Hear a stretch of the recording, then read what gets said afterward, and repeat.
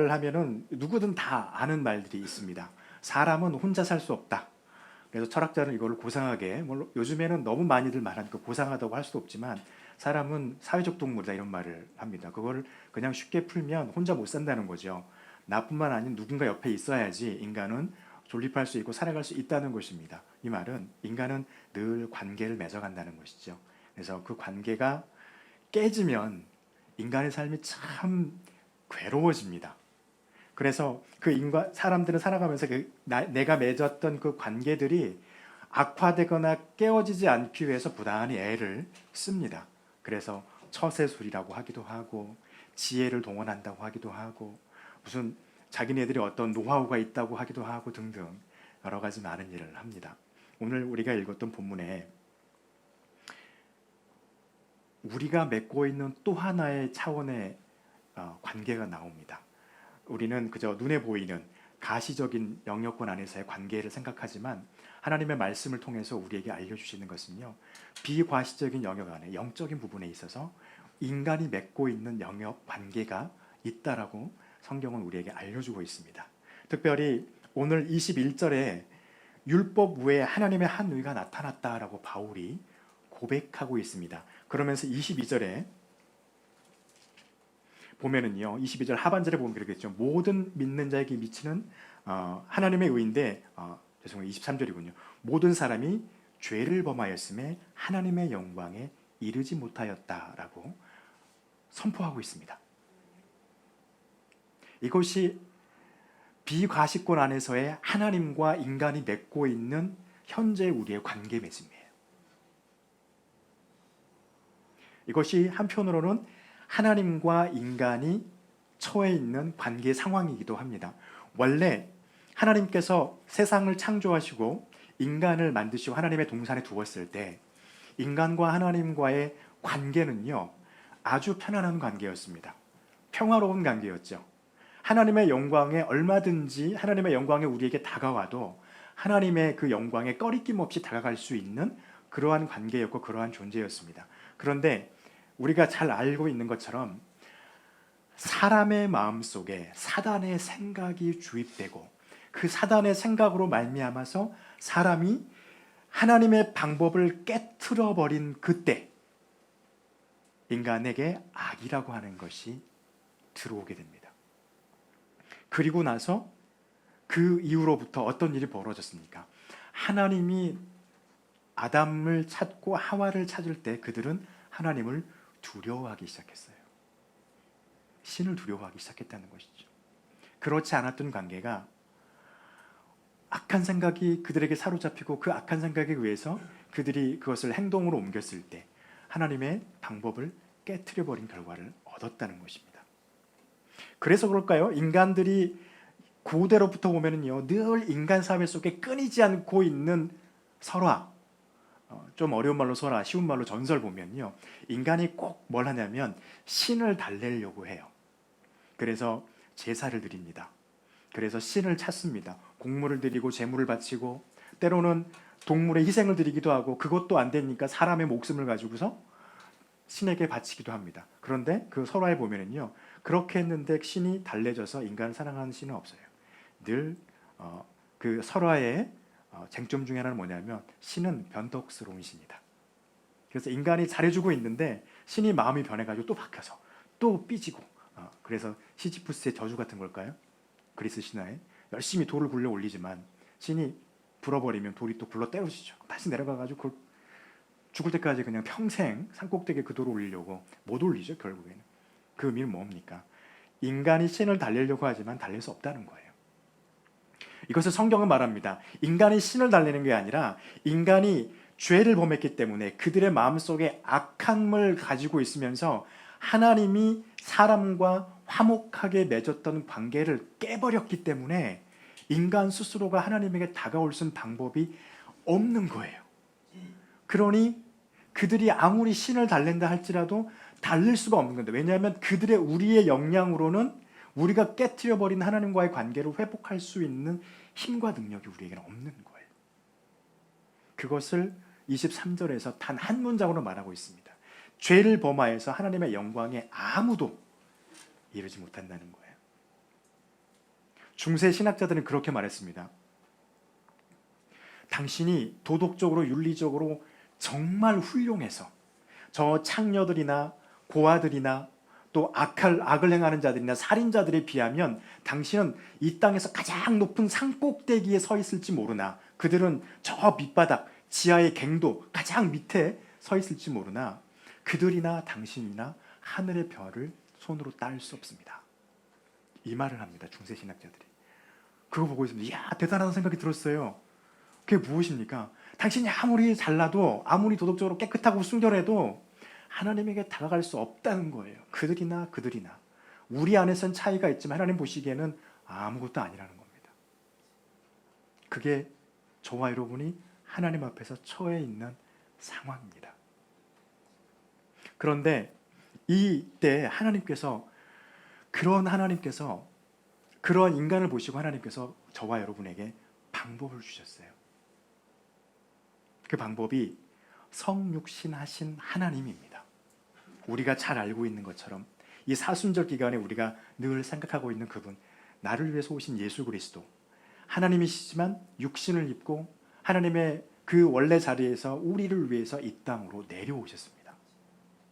그리고 그 속에 하나님의 은혜라고 하는 것을 두셨어요.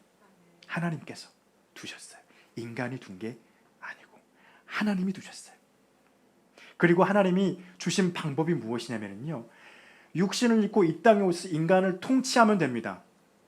우리가 마태복음, 마가복음, 요한복음에서 본 것처럼, 누가복음에서, 사복음에서 보고 있는 것처럼 사탄이 예수님께서 공생애를 시작하기 전에 40일 동안 광야에서 금식했을 때 사단이 와가지고 예수님을 3번 시험하죠. 편하게 가세요, 그거예요. 예수님에게 시험했던 사단의 내용은 딱 한 가지입니다.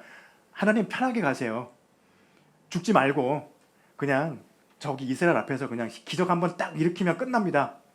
그것도 하기 싫다 그러니까 그럼 딱 나한테, 아무도 없는 자리에서 나한테 딱 한 번만 절하세요. 그럼 다 드릴게요. 포기할게요. 자기가 마치 주인이냐? 아닌데.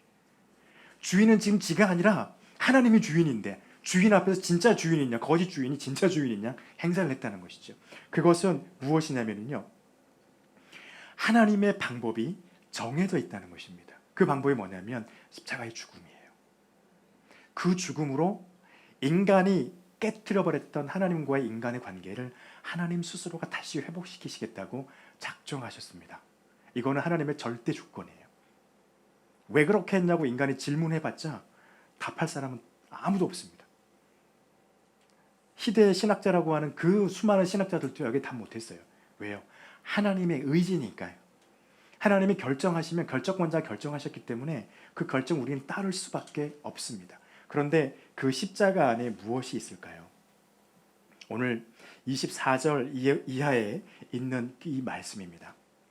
그리스도의 십자가 안에 무엇을 두셨길래 하나님이 십자가에서 우리에게 주시는 하나님의 은혜를 주셨을까? 첫 번째는요, 속량함이 그 십자가 안에 있습니다. 여러분, 24절에 그리스도 예수 안에 있는 속량으로 말미암아 하나님의 은혜로 값없이 의롭다 하심을 얻게 되었다라고 말합니다. 예수 그리스도 안에 있는 속량이에요. 속량, 그냥 영어로 리뎀션이에요. 되사다, 이런 뜻이죠. 이것을 다르게 풀면 이렇게 됩니다. 능력이 없는데요, 그것을 변제할 능력이 없어요. 빚진 자가, 어떤 죄를 저지른 자가 그 죄를 대갚을 능력이 안 돼요. 그래서 그 죄값을 아무도 치러줄 수 없는 거예요. 그런데 그 죄나 그 빚을 변제할 수 있는 능력을 가지고 있는 사람이 그에게 와서 아무 대가 없이 주어버린 것입니다. 그리고 그를 자유롭게 만들어버렸어요. 그것이 속량입니다. 인간이 하나님의 방법을 깨트려버렸던 그 악함 때문에, 인간의 방법으로 하나님과의 관계를 맺으려고 만들어놨던 것 때문에 깨져버린 하나님과의 관계를 인간이 회복할 수 있는 능력이 우리에겐 없어요. 아무리 돈 많은 사람이어도, 아니 그런 사람은 거의 없겠지, 실제로 없겠지만 뭐 슈퍼맨이나 아니면 무슨 그 뭡니까 요즘에 영화에 나오는 그런 무슨 뭐 아이언맨이나 그런 초능력을 가지고 있는 사람들이 아무리 많다 해도 이것은 극복할 수 없는 부분입니다. 왜냐하면 이것은 눈에 보이는 가시권의 영역이 아니니까 그렇습니다. 그런데 하나님이 십자가를 지시기 위해서 그리스도로 이 땅에 오셨고 그 십자가 안에 이 속량함, 죄 사함을 주셨어요. 그러나 여기서 우리가 기억해야 될 것이 하나 있습니다.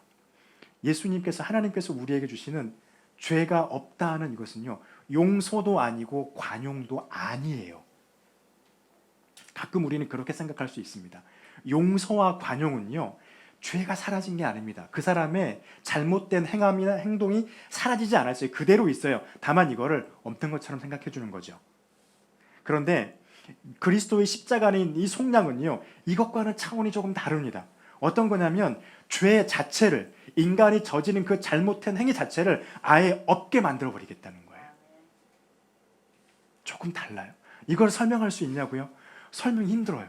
설명하면요, 이걸 가지고 한스 퀸이라고 하는 독일의 신학자가 칼바르트라고 하는 독일의 신학자하고 둘이 같이 대화를 했습니다. 그걸로 책을 만드는데 한 요만큼 돼요. 이거 가지고 대화를 했어요. 요만큼 돼요. 근데 답이 없어요. 왜냐하면 뭔지는 알겠는데 설명하기가 힘들어요. 논리적으로 안 돼요. 중요한 건 뭐냐면 용서를 뛰어넘고 관용을 뛰어넘고 인간이 저지르는 그 죄 자체, 악 그 자체를 아예 도말해 버리시겠다는 겁니다. 그게 가능한 이유는요, 하나님이 그것을 주관하시는 자이기 때문에 그렇습니다. 그래서 우리가 할 수 없다는 것이었죠. 그러면서 하나님께서 십자가에 또 하나 두신 게 무엇이냐면 화목해 하심이에요. 아까도 말씀드렸죠. 인간이 처음 창조됐을 때 하나님과 참 행복한 관계였습니다. 평화로운 관계였습니다. 악이 들어옴으로 말미암아서 하나님과의 불편한 관계가 되어버렸습니다. 그런데 예수 그리스도의 십자가 안에서 다시 화목한 관계로 두시겠다라고 말씀하셨어요. 25절에 보면 이 예수를 하나님이 그 피로써 믿음으로 말미암아 화목제물로 세우셨으니라고 합니다. 화목제물로 세우셨다는 거예요. 화목제물이죠. 누구를요? 하나님의 생명을, 육신을 입고 오신 그 하나님의 생명을 화목제물로 삼으셨습니다. 이것은 아까 처음 서두에서 말씀드렸던 것처럼 인간이 신을 달래는 것과는 다른 차원입니다. 인간이 열심히 노력하거든요. 그래서 우리나라에서 문화에서 주로 많이 하는 게 무엇입니까? 뭔가 이상해요. 애군이 낀 것 같아요. 그러면 굿하죠. 어딘가 가서 막 굿을 합니다. 교통사고 자꾸 나요. 그럼 차 세워놓고 거기다가 돼지머리 올려놓고 굿해요. 기독교인이 우리가 보고 있으면 참 에너지를 다른 데 쓰고 있다, 이렇게 우리가 말할 수밖에 없게 되는 것이죠. 왜냐하면 그렇게라도 해서 신을 달래고 싶은 거예요. 우리에게 애군을 주는 신을 달래놓고 싶은 거였죠. 그런데 그렇게 한다고 해서 되는 게 아니었습니다. 왜냐하면 인간의 능력으로는 할 수 없어요. 그리고 잘못된 신에게 하고 있기 때문에. 그런데 하나님은 그렇게 말씀하십니다. 그리스도의 피로 하나님의 분노가 있거든요. 하나님의 분노는 무엇인가요? 인간이 타락한 것에 대한 분노입니다. 그래서 이 분노도 거룩한 분노예요. 그래서 이 하나님의 분노를 하나님의 분노는 어떻게 인간이 뭘 해가지고 하나님께서 가지고 있는 그 분을 삭힐 수가 있겠어요? 그래서 하나님 스스로가 자기의 생명으로 예수 그리스도의 피로 그 분노를 삭히십니다. 그래서 사도 바울은 이것을 하나님의 의로우심이라고 표현하고 있어요. 우리가 못하니까. 그리고요, 십자가에는 나타내심이 있습니다. 나타내심, 그러니까 이해하기가 조금 어려워서 영어로 보니까 demonstration이에요. 무엇인가를 그걸 가지고 앞에다 드러내 보이는 겁니다. 쇼하는 거죠. 보아라 라고 하면서 딱 펼쳐놓는 거예요. 무엇을 펼쳐놨을까요? 하나님의 은혜가 예수 그리스도가 달려 죽은 그 십자가와 그의 보혈 안에 있다. 그것을 보이신 거예요. 십자가를 통해서. 그래서 교회 가면 예수님의 상은 없지만 십자가는 늘 있습니다. 십자가 없는 교회도 있어요. 왜냐하면 저 십자가도 우상이 될 수 있을 것 같아서. 요즘에 어떤 교회들은 십자가 자체도 안 겁니다. 그건 나쁜 건 아니죠. 그러나 중요한 건 그겁니다. 그 십자가에서 돌아가신 예수 그리스도의 보혈 안에 하나님께서 인간의 죄악을 도말하시기 위한 은혜를 담아두신 것을 누구에게 보이신 거냐면요, 모든 사람에게 보이셨다는 게 중요합니다. 그래서 그 말씀드렸죠. 기독교의 구원은, 저는 뭐 기독교라고 말하고 싶지 않아요. 종교라고 말할 수 없으니까. 성경이 말하고 있는 인간의 구원은요, 1급 비밀이면서 동시에 만인이 다 알고 있는 비밀이라는 거예요. 왜냐하면 십자가가 만인 앞에서 공개됐기 때문입니다. 그래서 예수 그리스도를 믿으면 너희 죄를 속량받고 하나님과 화목하게 될 것이라고 하는 하나님의 이 보여주시는 그 은혜가 십자가 안에 있다는 겁니다. 그래서 예수 그리스도의 십자가 외에는 우리에게 능력이 되지 못한다고 성경은 고백하고 있는 것입니다. 그래서 26절에서 그렇게 말하죠. 자기의 의로우심을 나타내셨다. 그 의로우심이 뭡니까? 죄를 도말해 주시고 화목할 수 있는 방법을 인간에게 보여주셨어요.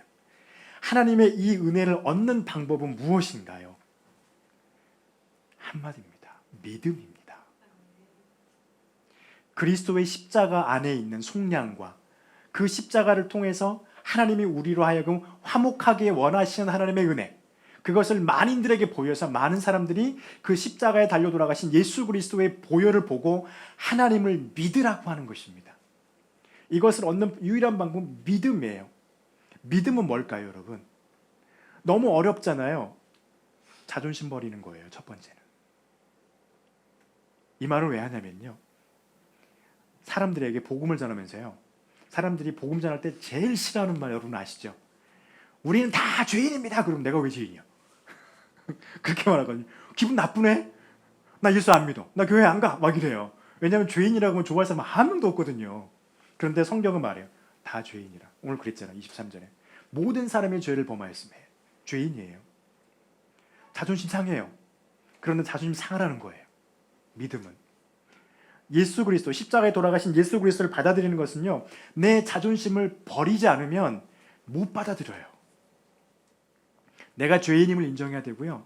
내가 어떤 노력을 해서 하나님에게 다가갈 수 없는 사람이 나라고 하는 것, 내 상태가 그런 거라는 것을 인정해야 돼요. 그리고 그것을 해결할 능력조차도 나한테 없다는 것을 인정하는 게 믿음입니다. 그래서 자존심 구기고 들어가야 돼요. 그런데 하나님 앞에서는 자존심을 구길 필요가 없이 아예 버려야죠. 그래야지 그 은혜를 우리가 얻을 수 있으니까. 그래서 믿음은 자존심 버리는 거다. 그렇기 때문에 자존심을 버리고 난 다음에 무엇입니까? 우리가 인정해야 되는 거예요. 하나님의 방법이 절대적으로 나한테 필요하다. 우리의 방법으로 하나님 앞에 다가갈 수 없다는 것이에요.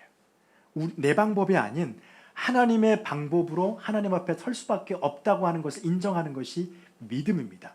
우리가 아는 것처럼 하나님의 방법은 뭡니까? 예수 그리스도의 십자가의 보혈을 의지하는 거예요. 그거 외에는 하나님 앞에 나아갈 수 있는 길은 없다라고 성경은 구약에서부터 신약의 끝까지 다 말씀하고 있습니다.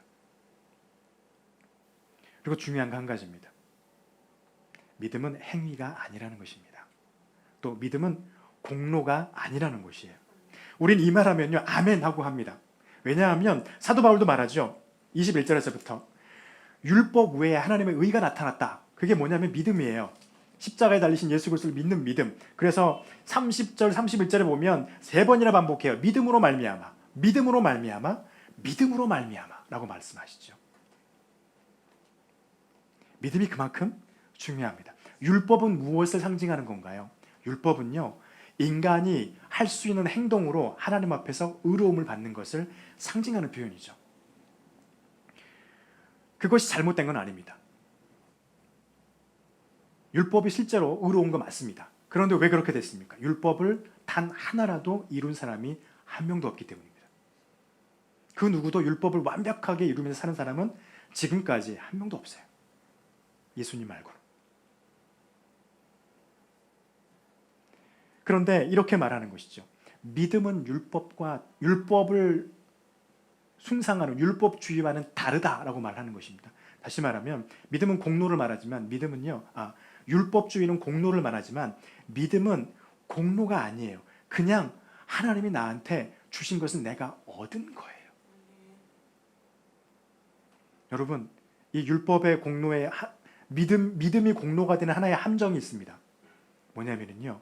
우리의 믿음이 오래되면 오래될수록 우리가 믿음이라는 공로에 빠질 가능성이 높아집니다. 예를 들면 이런 것입니다.